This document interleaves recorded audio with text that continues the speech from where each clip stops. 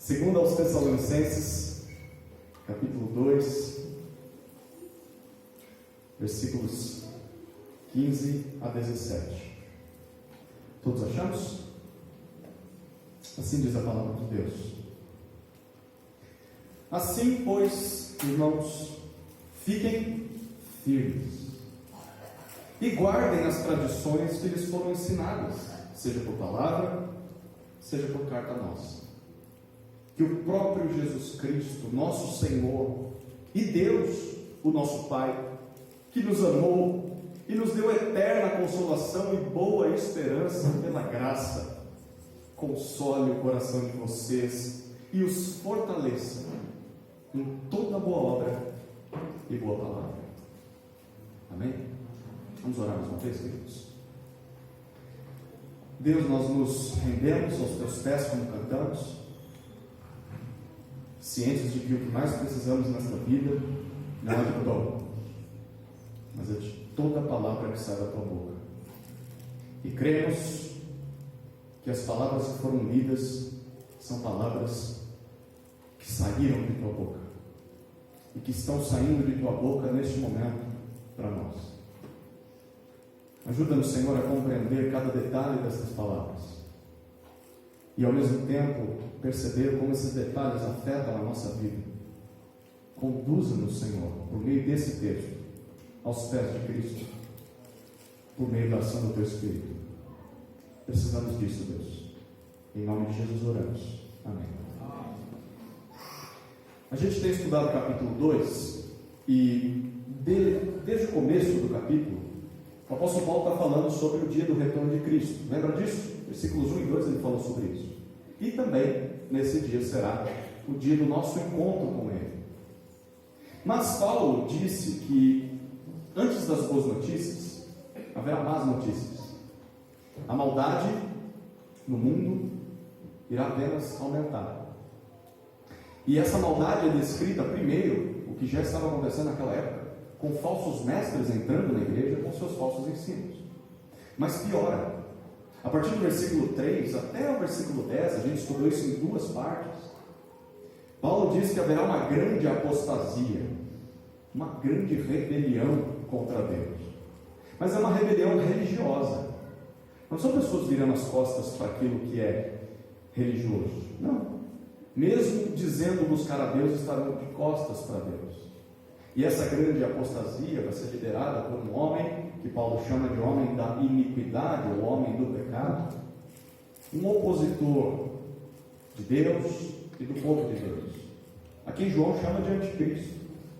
Esse opositor agirá no poder de Satanás para efetuar milagres e enganar essas pessoas e também conduzi-las ao erro por meio dos seus ensinos mentirosos, suas heresias.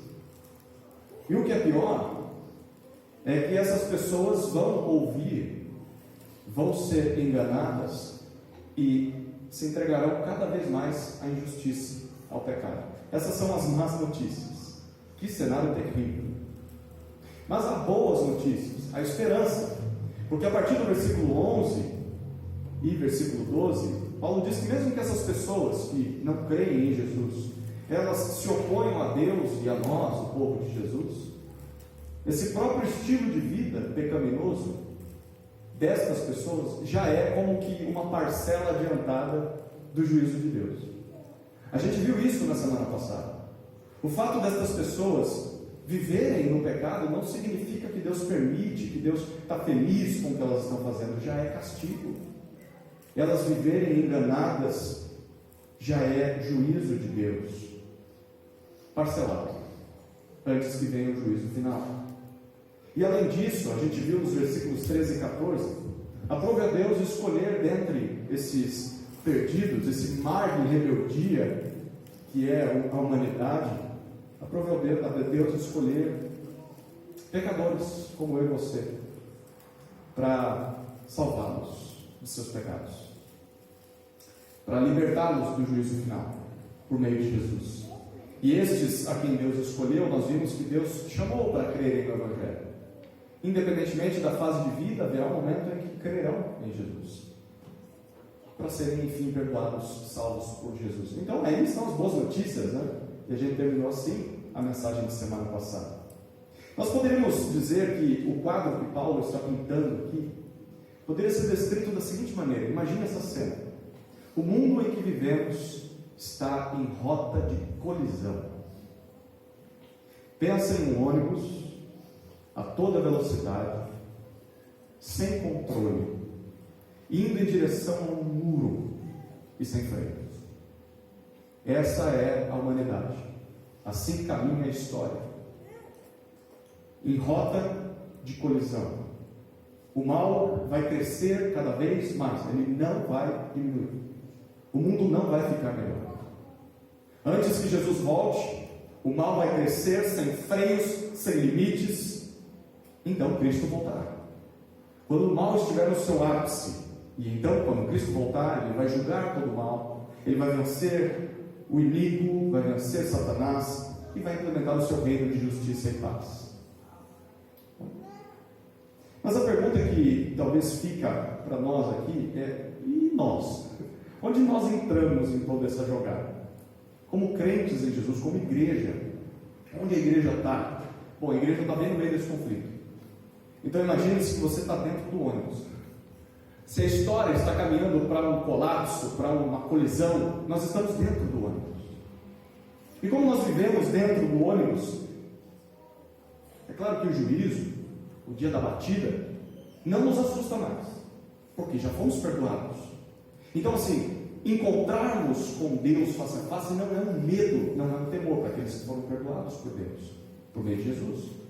Mas ao mesmo tempo, se a gente está no mesmo barco que os descrentes, se a gente está nesse mesmo ônibus que irá colidir, nós somos alvos fáceis para o mal. Esse mal que nos rodeia nos atinge. Nós sofremos, nós sentimos dor, nós sangramos, nós somos alvos do pecado dos outros. Diante disso, a pergunta principal da noite é: como suportar esses eventos? Como suportar os eventos do fim? Como eu e você poderemos aguentar firmes na fé diante da apostasia, diante do engano, que a maioria vai cair, diante da maldade desse mundo, diante do opositor, diante de Satanás? Como suportar estes eventos antes que Cristo volte? Bom, a resposta de Paulo nesses 3 versículos é: prepare-se. Prepare-se com 2 atitudes. Primeira atitude, obediência, versículo 15. Segunda atitude, dependência, versículos 16 e 17. Prepare-se para a colisão com obediência. Olha mais uma vez o versículo 15.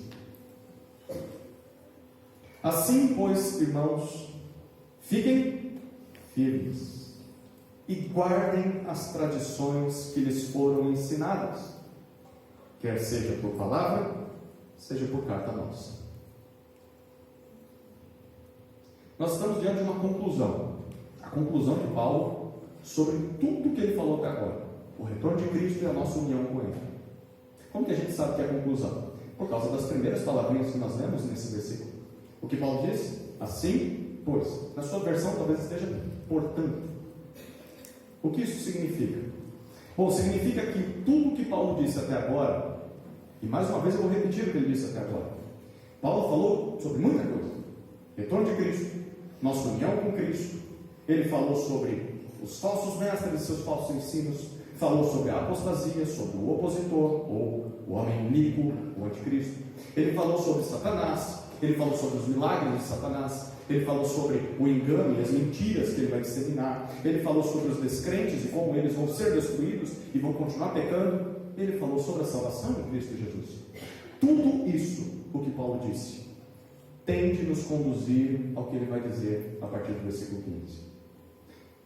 Infelizmente, em nossos dias, esse tipo de assunto, ou ele é muitas vezes desprezado, ignorado nas igrejas.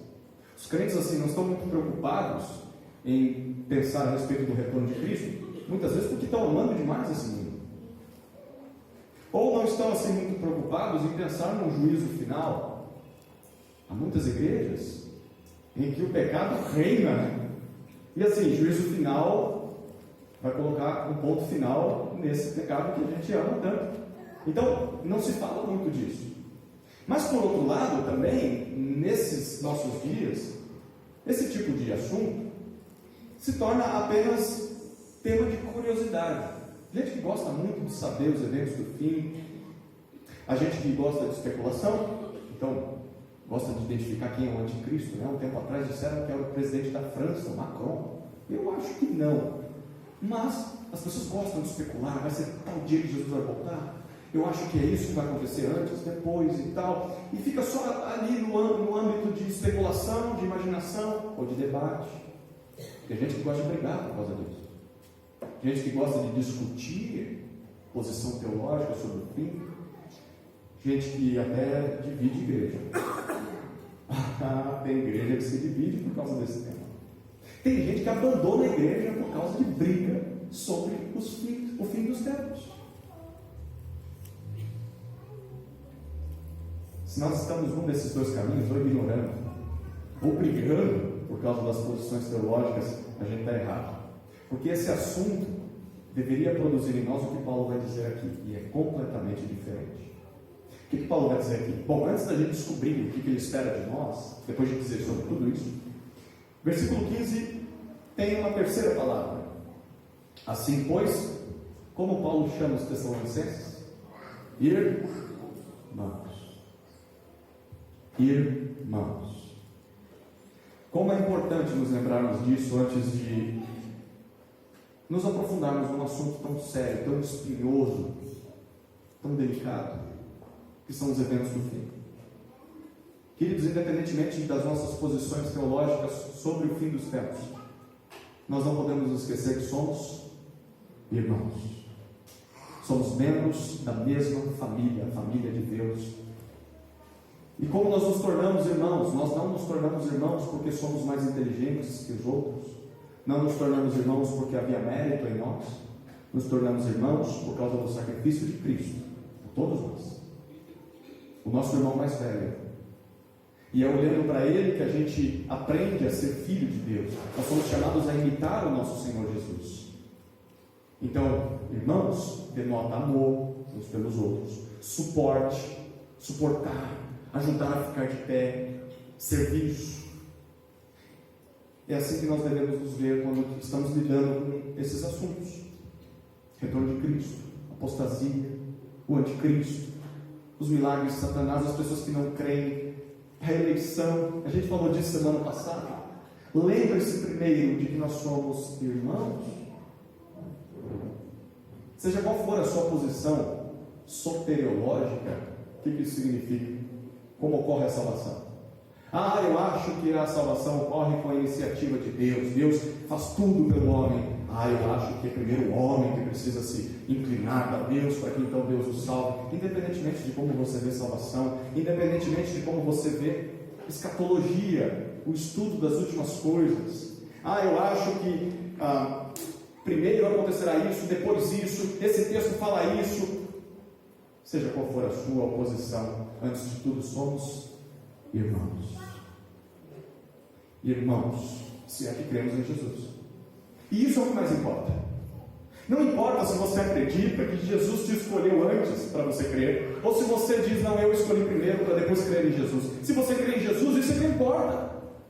O evento, os momentos em que isso aconteceu, o que veio antes ou depois, é secundário, porque o que importa é que somos irmãos. E nós temos de nos lembrar disso, quer você acredite que haverá um milênio literal, ou ele é apenas imaginário, ou melhor, não é literal, mas é uma figura de linguagem. Se você acredita em uma coisa ou em outra, lembra, nós somos irmãos. Isso é o mais importante. Nós não deveríamos competir uns com os outros. Esse assunto, ele deve sim ser tratado, aprofundado, em conversas sérias, com a Bíblia aberta, submissos à palavra de Deus. Mas a gente não deveria se odiar por causa de posições assim. Nós não deveríamos brigar uns com os outros. Nós não deveríamos nos isolar. Nós não deveríamos achar que somos melhores que os outros só porque a nossa posição teológica é diferente. Ou talvez é superior, porque a gente acha isso, né? Esse é um ignorante, não conhece nada de Bíblia. Eu que conheço. Olha que beleza, né? O conhecimento produz soberba, mas o amor edifica. Somos irmãos. Irmãos. O que irmãos que vão para o mesmo céu devem fazer? À luz de tudo que vimos sobre o fim dos tempos, 2 ordens. Obedeçam a estas 2 ordens. Primeira ordem: fiquem firmes, diz o texto. Ou permaneçam firmes. Essa expressão aqui, ela é a tradução de uma só palavrinha grega, que traz a ideia de continuar de pé e se manter constantemente assim. Continue de pé. Não permita que os joelhos vacilem.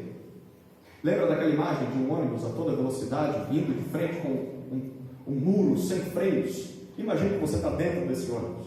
Qual a primeira coisa que você deve fazer para se preparar para a colisão? Ele vai bater. Qual a primeira coisa?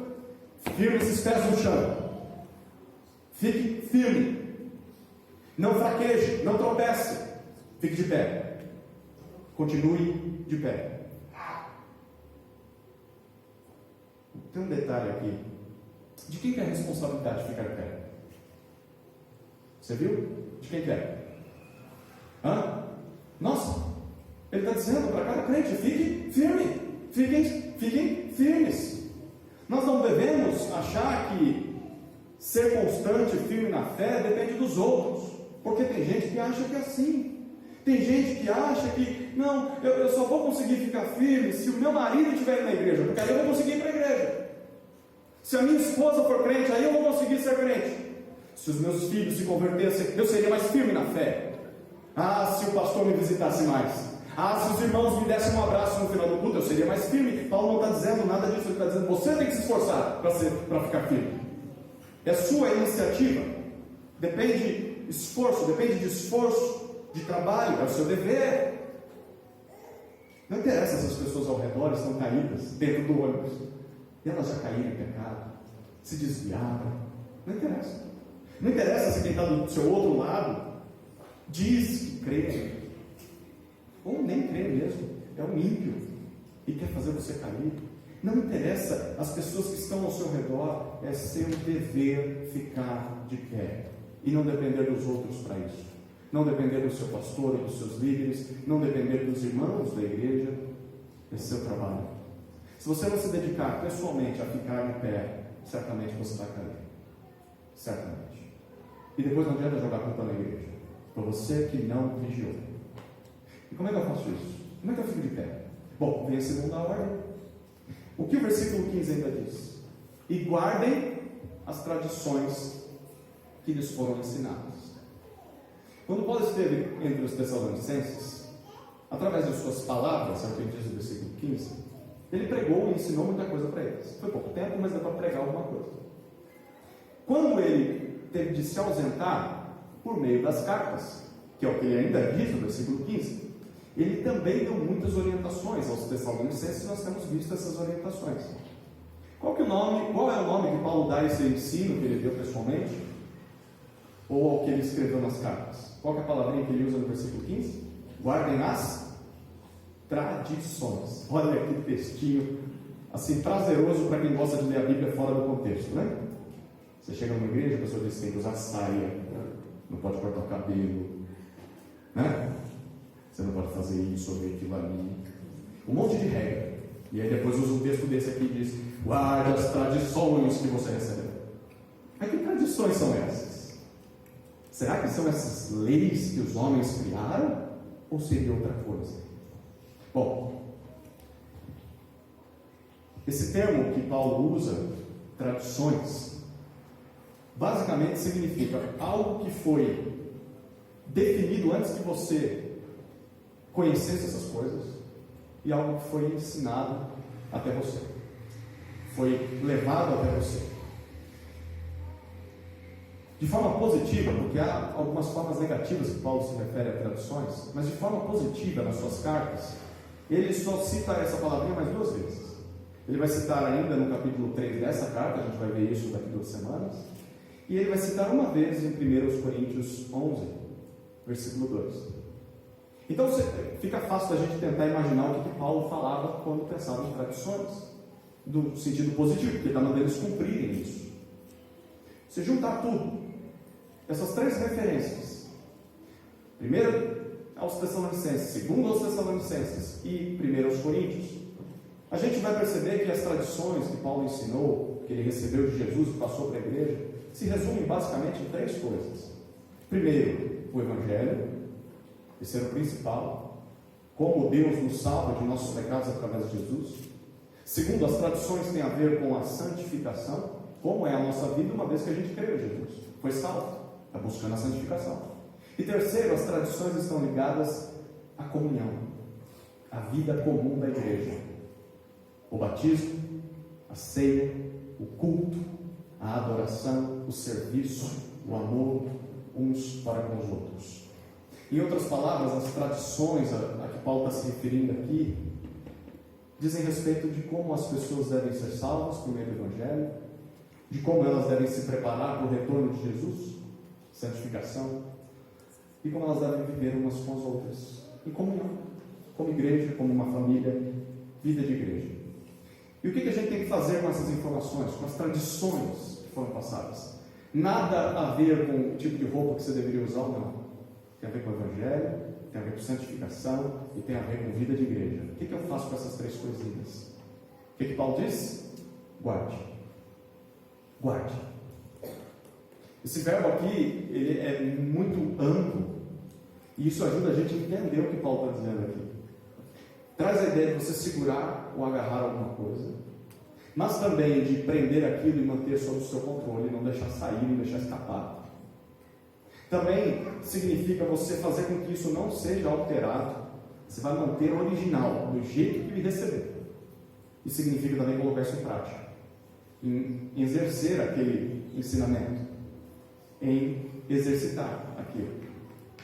A ideia então é que, para que a gente possa suportar essa colisão, os eventos que estão para acontecer antes do retorno de Cristo, nós precisamos ficar firmes na fé, de pé, e a gente faz isso guardando as tradições, as verdades do Evangelho, nos agarrando a essas verdades, amando essas verdades, perseverando nelas, preservando elas, aplicando essas verdades em nossas vidas. Essa, de novo, é nossa responsabilidade. Não dá para delegar isso aqui para outra pessoa. Se a gente quiser ficar de pé, a gente precisa primeiro aprender a verdade. A gente precisa conhecer essas tradições. Por isso você deveria ler a sua Bíblia. Você não deveria ler a Bíblia só porque você precisa assim, de um alimento espiritual naquele dia. Você deveria ler a Bíblia para estar preparado para o fim. É por isso que você deveria ouvir a pregação da palavra e dar atenção ao que ouve. É por isso que nós também deveríamos abraçar e reter esse conteúdo. Não deixar apenas entrar por um ouvido e sair pelo outro, mas entra pelo ouvido, desce para o coração e muda tudo. Receber essa palavra, preservá-la sem alterá-la, manter ela do jeito que ela foi entregue e principalmente colocar isso em prática. Porque em tempos modernos como os nossos, nós temos de tomar cuidado com o rompimento com as tradições do Evangelho. Tem muita igreja que rompe com os ensinamentos bíblicos. É claro, não faz isso de forma escrachada, alguns fazem. Mas a gente já viu que isso é um perigo, porque haverá o homem da iniquidade que vai ter um discurso religioso, mas ele vai fazer as pessoas virarem as costas para a palavra de Deus e para Deus. Cuidado com crentes, com pastores, com pregadores, com igrejas que rompem com as tradições da Escritura, com os absolutos do Evangelho. Eu vou dar alguns exemplos contemporâneos. Você conhece gente assim? Esse livro aí foi escrito por homens. Foi mesmo, mas homens inspirados pelo Espírito Santo. Esse livro aí contém erros. Me mostre um. Quem diz isso nunca leu a Bíblia. Olha que oportunidade de evangelizar. Vamos ler junto para você me mostrar onde estão os erros. E aí eu também conto para você o que esse texto significa. Esse livro aí é antiquado. Uma palavra da moda. É patriarcal. Ele humilha a mulher. Ele despreza a mulher. Esse livro aí é racista. Eu tenho dó de quem lê a Bíblia e tem essas conclusões. Como está a cabeça dessa pessoa? Ela está doida. Como você consegue ver isso aqui nesse texto, gente? Cuidado com gente que diz que a Bíblia precisa ser atualizada. Tem pastor famoso dizendo isso.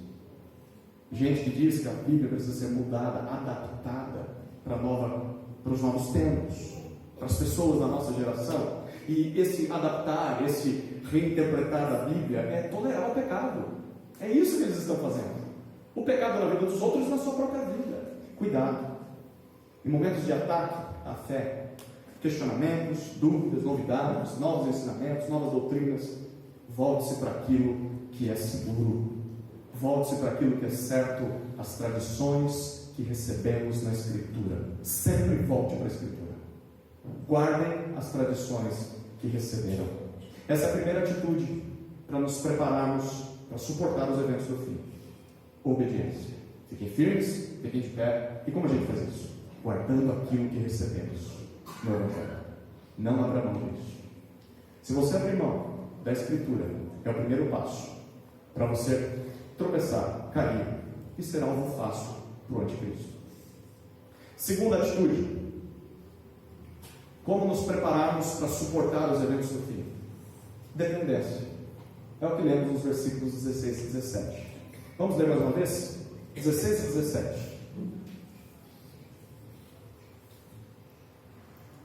Que o próprio Jesus Cristo, nosso Senhor e Deus, o nosso Pai, que nos amou e nos deu eterna consolação e boa esperança pela graça, console o coração de vocês e os fortaleça em toda boa obra e boa palavra.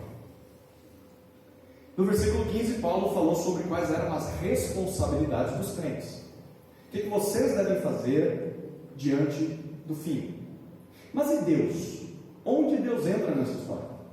A gente viu, é nossa responsabilidade ficar firme, é nossa responsabilidade guardar o que recebemos do Evangelho. E Deus? O que Deus faz em toda essa história?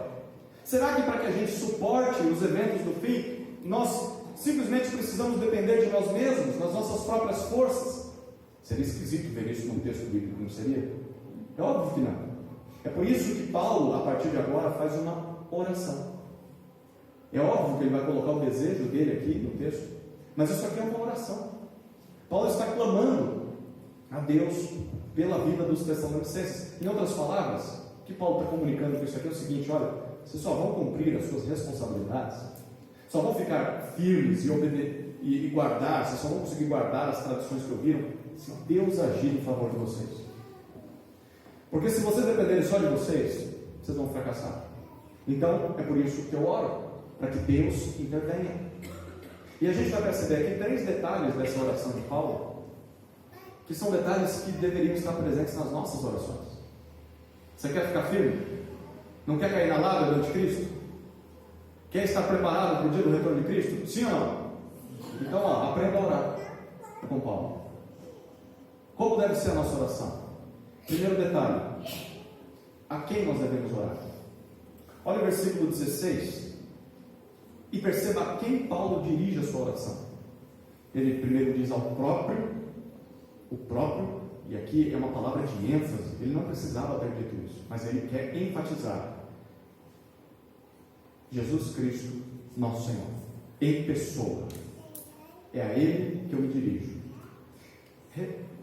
Repare aqui que Paulo está orando para Jesus, como se Jesus estivesse vivo, porque você não ora para alguém que você acredita que está morto, senão você está mais louco do que morto.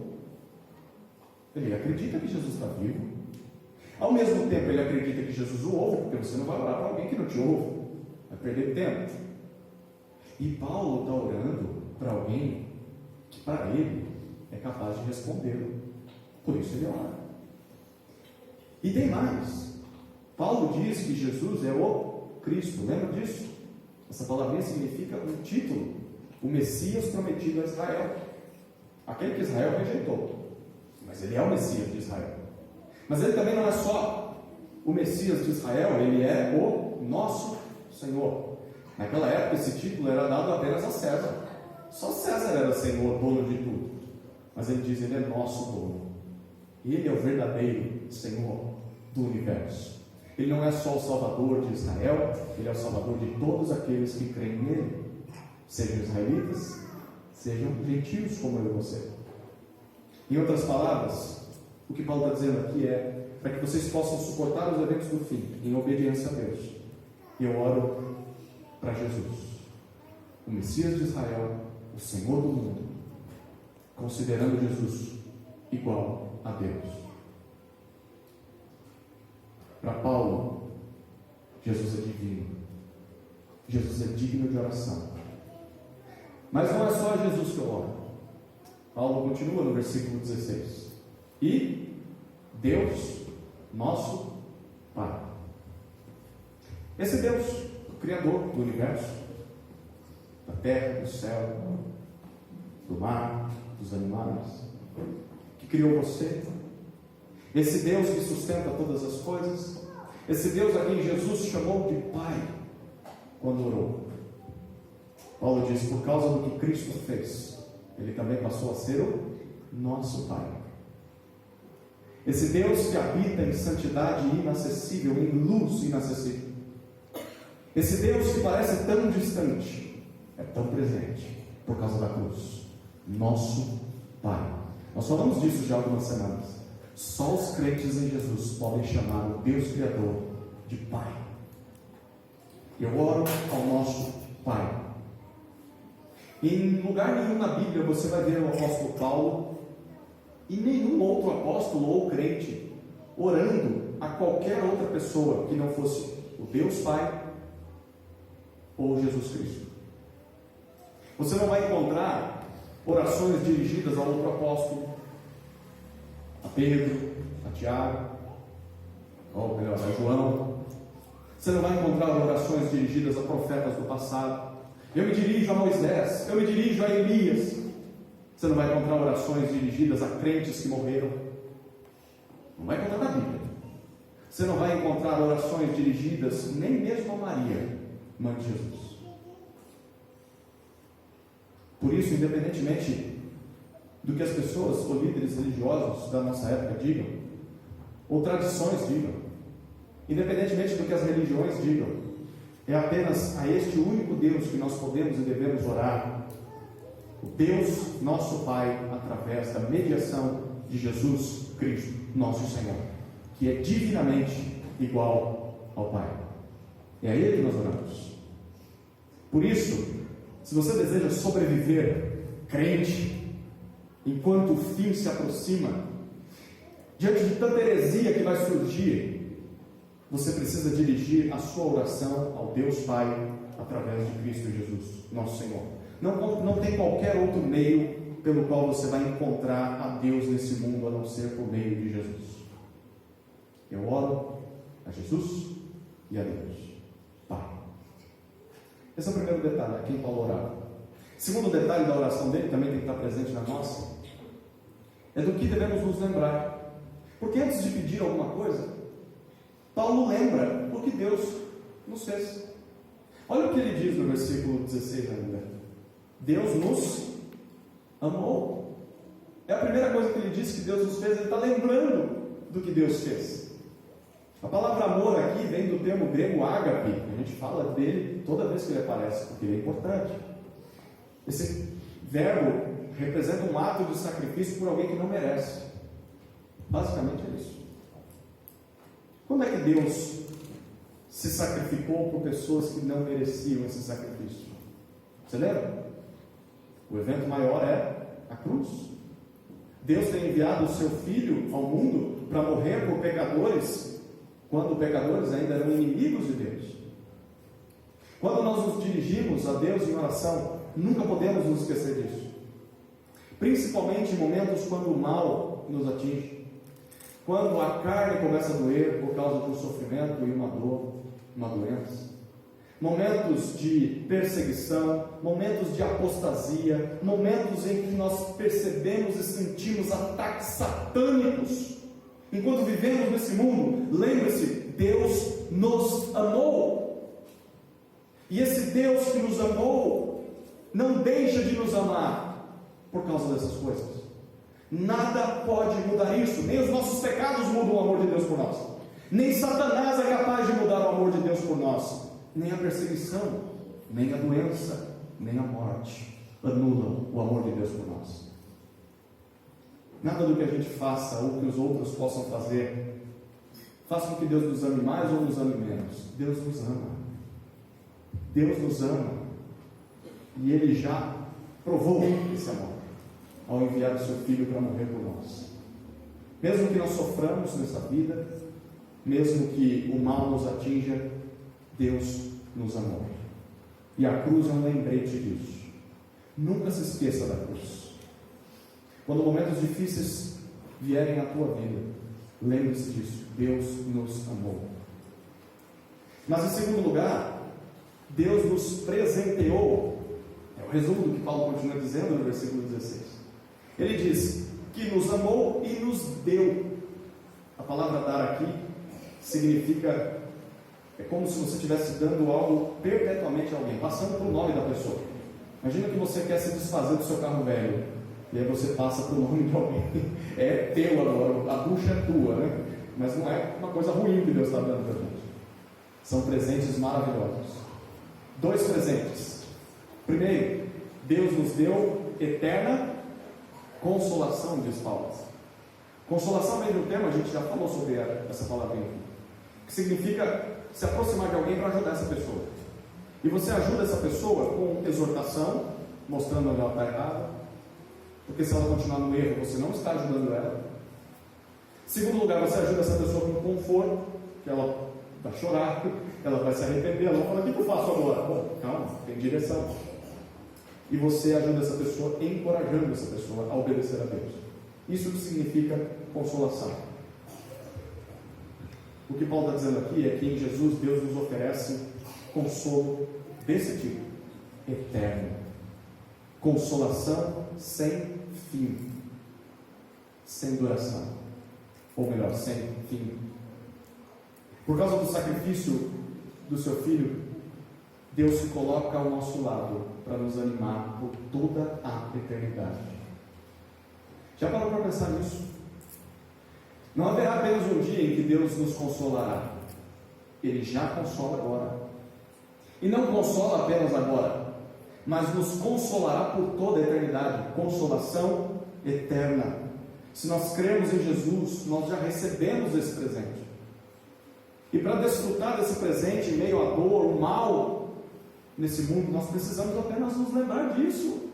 Lembre-se, olhe para trás, lembre-se da cruz, lembre-se do Evangelho e tudo que Deus te deu, uma vez que você crê em Jesus. Ele já te deu eterna consolação.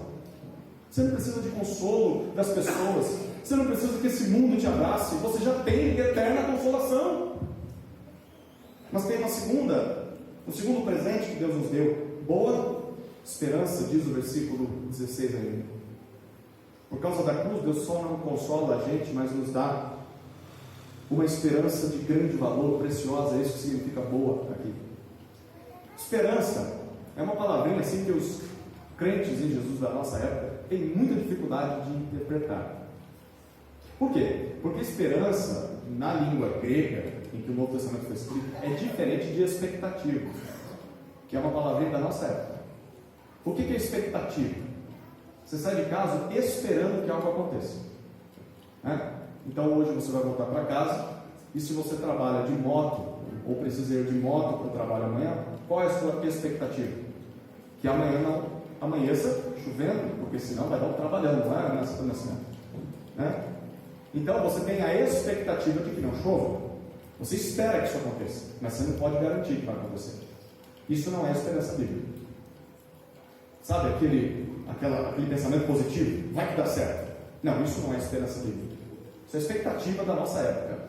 Esperança bíblica é esperar com paciência algo que com certeza vai acontecer. Não é assim, eu espero que aconteça. Não, vai acontecer. É certo. É garantido que vai acontecer. Então como você espera isso? Com paciência. Isso é esperança. Eu não abro mão, porque eu tenho certeza que vai acontecer. Por causa de Jesus, Paulo está dizendo para nós, Deus garante que o nosso futuro será maravilhoso. Deus garante, mesmo que o presente seja marcado por sofrimento, por lutas, Ele garante. Deus nos amou e Deus nos presenteou. E como é que nós alcançamos isso? Como é que recebemos isso? Finalzinho do versículo 16. Pela graça. Através do favor imerecido de Deus. Em outras palavras, tudo que nós ganhamos em Cristo, nós devemos lembrar de todas essas coisas quando o mal surge. Tudo que nós ganhamos foi pela graça. Não foi por méritos próprios, foi pelo mérito de Cristo. Nós precisamos nos lembrar disso em nossas orações. Eu não tenho direito nenhum de reivindicar qualquer coisa. Primeiro porque Deus, eu não tenho nada de bom para oferecer para Ele, que conquiste o seu favor. Segundo, Ele já me deu tudo que eu precisava. Ele já me amou.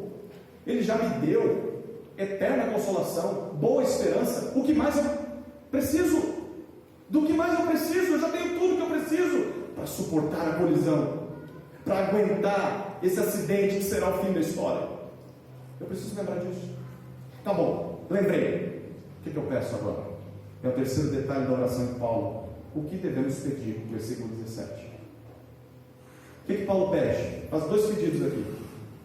Que Jesus e o nosso Senhor e Deus, nosso Pai, primeiro, console vocês. O primeiro pedido de Paulo é pelo consolo. Console o coração de vocês. A gente já viu essa palavra antes, versículo 16. No versículo 16, Paulo disse que Deus já nos presenteou com eterna consolação. Agora o pedido dele é o seguinte: Senhor, então faça esse consolo ser percebido na vida desse povo. Que esse povo experimente esse consolo, porque o Senhor já deu. Que eles percebam esse consolo. Querido irmão, querida irmã, só Deus pode nos consolar em momentos de sofrimentos. Não é verdade? Momentos de dor, momentos de luta, em momentos de ataques demoníacos, só Deus. Portanto, não espere encontrar consolo em seus líderes. Não espere encontrar consolo em seus pastores. Não espere encontrar esse consolo pleno e perfeito em membros da sua família. É claro que essas pessoas podem estar presentes, mas consolar coração, só Deus pode. A gente se frustra porque a gente fica esperando que pessoas nos consolem, que o casamento traga consolo para nós. A gente fica esperando que o filho traga consolo para os nossos sofrimentos. A gente fica esperando que o cônjuge, o seu marido, a sua esposa, fica esperando que o irmão da igreja, que os nossos familiares tragam consolo para o nosso coração, mas a gente está buscando no lugar errado. O máximo que essas pessoas podem ser são canais por meio dos quais Deus vai agir. Deus é quem traz consolo. Deus é quem consola. Por isso, se você tem sentido falta de consolo na sua jornada, peça para Deus te consolar. Paulo está pedindo isso. Ele está pedindo pelos irmãos que Deus console vocês. Se você está sentindo falta de consolo na vida da igreja, peça para Deus trazer consolo para essa igreja. Peça para Deus trazer consolo para a tua vida e consolo para o teu irmão. É por isso que Paulo se preocupava. Talvez Paulo não conseguiria ver esses irmãos pessoalmente, mas ele tem uma certeza: Deus é capaz de consolar vocês. E é isso que eu peço. Segundo pedido de Paulo, fortalecimento. Ele termina o versículo 17 dizendo que Deus console o coração de vocês e os fortaleça. Essa é a mesma palavra que Paulo usou no versículo 15. Só que no versículo 15 foi traduzido por fiquem firmes. É a mesma palavrinha. Lá ele disse o seguinte: olha, vocês precisam se fortalecer. Vocês precisam firmar os pés nesse ônibus que está para colidir. Façam o que está ao alcance de vocês. Mas agora ele diz: Deus, o Senhor fortalece esse povo. Deus, eu sei que eles vão se esforçar para ficar de pé, mas sozinhos eles não vão conseguir. Então venha sobrenaturalmente com sua mão invisível e sustente esse povo, para que esse povo não caia, Senhor. Essa é a oração de Paulo. Significa para nós que nós devemos sim ficarmos de pé. Deus espera que nós nos esforcemos através da obediência às tradições que encontramos na Bíblia, mas a gente só vai conseguir cumprir isso se Deus nos capacitar, queridos. Por isso, nós devemos agir e obedecer, sim, mas nós devemos clamar e pedir por ajuda. Deus me ajuda. Deus ajuda a nossa igreja. Ajuda esse povo a ficar de pé, Senhor. Eu não quero cair no pecado, mas também não quero que o outro caia, Senhor. Mantenha-nos firmes. Fortaleça o seu povo, Senhor. E como Deus vai fazer isso? Paulo termina o versículo 17 dizendo: em ou por meio disso, por meio de toda boa obra e toda boa palavra. Em outras palavras, sabe como Deus vai fortalecer e consolar vocês? À medida em que vocês se dedicam às boas obras. Curioso, né? Como é que Deus traz consolo para a gente? Como é que Deus fortalece a gente? Porque esse papo fica meio assim, a gente não consegue encostar, não é palpável, né? Como é que eu recebo essas coisas? Se envolva com boas obras. Se envolva com a prática da verdade. E você vai perceber o consolo de Deus dia após dia. Se envolva com boas obras e você vai se sentir forte a cada dia. Mas não é só isso também, se envolva com boas palavras. Use de forma piedosa a sua boca, a sua língua. Porque se você não se envolver com as boas obras, se você não cuidar com aquilo que você fala, pode ter certeza que você não vai ser consolado por Deus, que você não vai ser fortalecido. Pelo contrário, você vai se afundar cada vez mais no pecado. Por isso, não espere consolo, não espere forças espirituais sem, primeiro, orar por isso, pedir por isso, que Paulo está pedindo, mas sem se dedicar às boas obras e sem tomar cuidado com aquilo que você fala. Porque se você não fizer isso, esqueça, não vai ter consolo e não vai ter força. Bom, se o mundo, a história está em rota de colisão, Cristo está para voltar. Nesse dia haverá o juízo final. E o mundo é como esse ônibus desgovernado que está a toda velocidade de frente com o muro, sem freios, sem rota de fuga. E nós estamos a bordo desse ônibus, apesar de já ter sido salvos por Jesus. Como que a gente suporta esses eventos? Como que a gente suporta a aflição, a agonia de saber que haverá um acidente? Como é que a gente suporta vendo pessoas ao nosso redor, gente que a gente ama, que está caído, que não quer saber de Jesus? Como a gente aguenta a tentação, a provação de Satanás? Como a gente suporta pessoas se desviando da verdade? Como é possível? Obedeça. Versículo 15. Que dependa de Deus. Versículos 16 e 17. Fique firme, guarde as tradições e peça para que Deus e Jesus Cristo te consolem e te fortaleçam. Se pela graça de Deus nós fizermos isso, queridos, mesmo que esse ônibus capote, mesmo que esse ônibus vá de 9 horas, ele vai colidir com o muro. Jesus virá para pôr um ponto final na maldade desse mundo. Mesmo que esse mundo capote, nós dentro desse ônibus sairemos ilesos das ferragens. O Senhor Jesus mesmo vai nos tirar de lá intactos, firmes, crentes no Senhor Jesus, por pura graça dele, por causa do que ele fez na cruz, por causa do que Deus nos deu através de tudo isso. Louvado seja o nome de Jesus, queridos. Amém? Vamos orar? Deus, nós queremos encerrar esse estudo do capítulo 2, como Paulo encerra, em oração. Oração que clama pelo teu socorro, pela tua graça. Não somos capazes, Senhor, de suportar os males desse mundo. Por conta própria, nós somos alvos fáceis pelo pecado, para Satanás. Nós nos desviaremos, Senhor. Sim, nós queremos fazer a nossa parte, mas nós reconhecemos que dependemos do Senhor para tudo. Então fortaleça a tua igreja, Senhor. Console a tua igreja naquilo que ela precisa. Chacoalhe cada um de nós. Sustente cada um de nós, Deus. Produza santidade nessa igreja. Nos dê forças para suportar as aflições, por sermos fiéis ao Evangelho. E que quando o Senhor voltar, mesmo que esse mundo esteja um caos, o Senhor nos encontre firmes na fé, por causa da tua graça. É a nossa oração, em nome de Jesus. Amém.